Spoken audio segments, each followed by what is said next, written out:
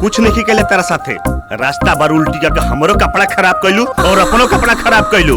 आँख बंद करके तार कपड़ा चेंज कैले बनी। तहार कसम।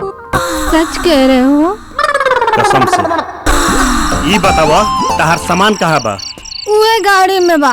और ये गाड़ी क्या करहा? उहे गुंडन के। अच्छा चला लगा तो उस साला भाग गिले सन। अरे अरे आराम से दादा आबो, चलो बैठो।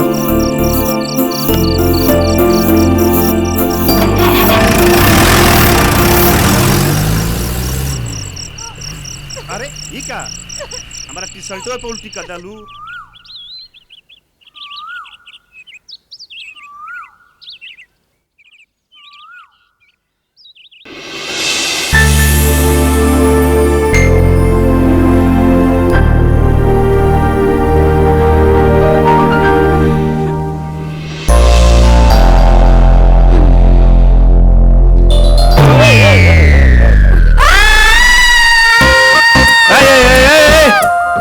भाई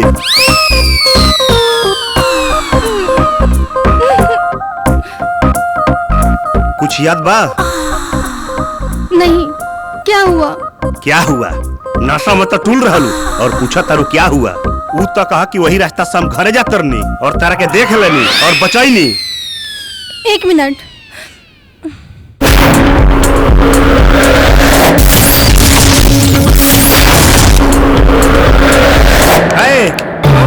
भाई लेकिन तुमने अपने इंसानियत का गलत फायदा उठाया। नाश कर दिया मुझे।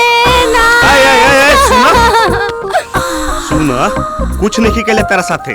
रास्ता बार उल्टी करके हमरो कपड़ा खराब कैलू और अपनो कपड़ा खराब कैलू। आँख बंद करके तार कपड़ा चेंज कैले बनी। तहार कसम। सच कह रहे हो? कसम से। मुझे अपने घर जाना। मेरा कपड़ा घर जाए के बा। पीछे बा कपड़ा।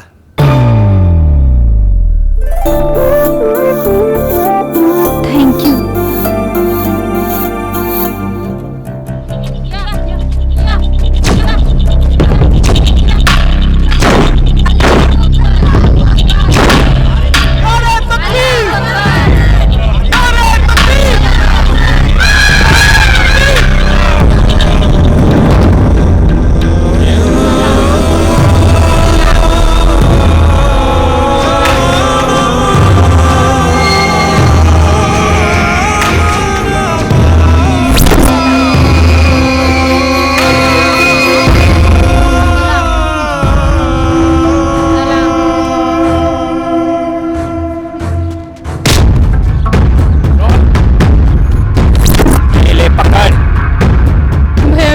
की उम्र अभी बहुत छोटी है। अभी उसके पढ़ने लिखने की उम्र है। उसे आतंकवादी मत बनाइए। उसके हाथ में बंदूक मत थमाइए साहब। मेरे बेटे पे रहम कीजिए साहब।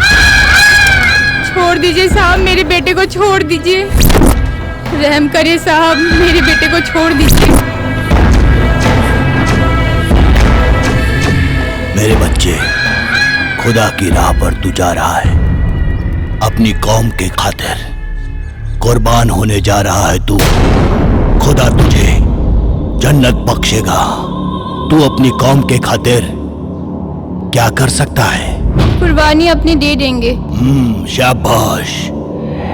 अगर तेरे रास्ते में कोई रोड़ा बने तो क्या करेगा बच्चा तू? जान से मार दे। शाबाश। आमीन। नहीं साहब।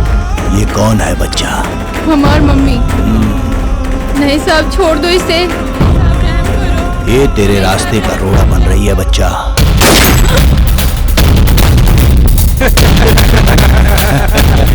सुभान अल्लाह बच्चा। अल्लाह तुझे जन्नत अता करेगा। इकबाल। जी जनाब। बच्चों की तालीम बराबर हो रही है? जी हाँ हुजूर, बिल्कुल तैयारी है। बहुत खूब जनाब, लाहौर से फोन है।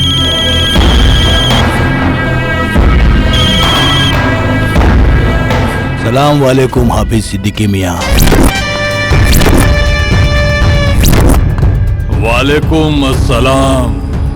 आपको हमने एक काम सौंपा था। क्या हुआ उसका? हमें कुछ खुदा की राह में बच्चे चाहिए थे।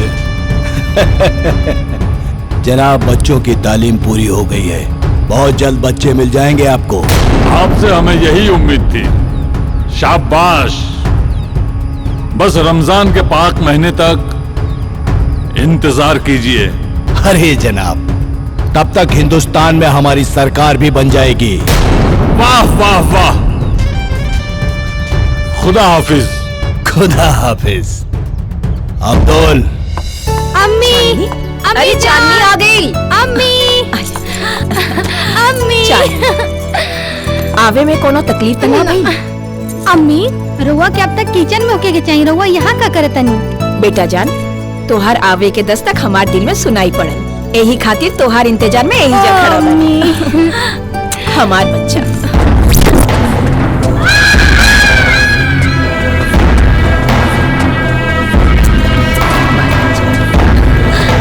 एकदम दुरुस्त फरमाइलू बेगम साहिबा। अरे बेटा जान, दिल्ली से आवे में कोनो तकलीफ तो नानू भाई? Very good. इकबाल जी जनाब। बैग लेके जो।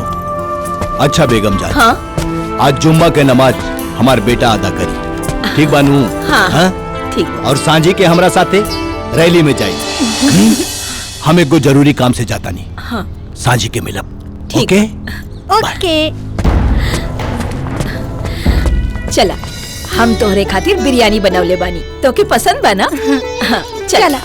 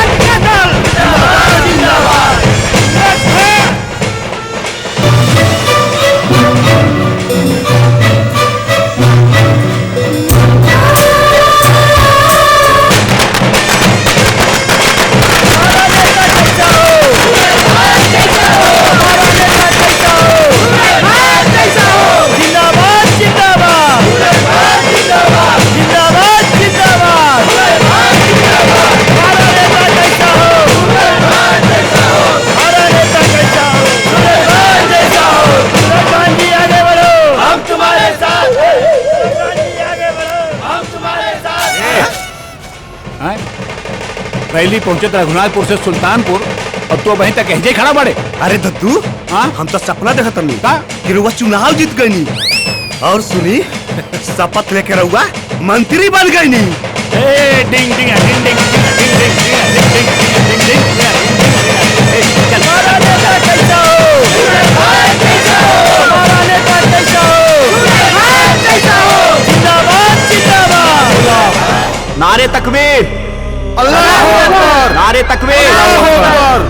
और हाल बात आरक्षण के, तो आरक्षण हमनी के खैरात में ना चाहिए। पार्टी जिंदाबाद जिंदाबाद। जनाब, हमनी के गुमराह कैल जा रहल बा, और ये हम होके न दे, काहे से कि ये हमनी के हक हो।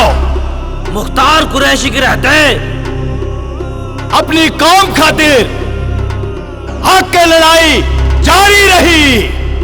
नारे तकबीर, अल्लाहू अकबर, नारे तकबीर, कौमी इस्लाह पार्टी जिंदाबाद। हमरे अब्बू के सभा में बम फोड़े आइल बड़ा, अब ये सभा में बम ना तोहार खोपड़ी फूटी।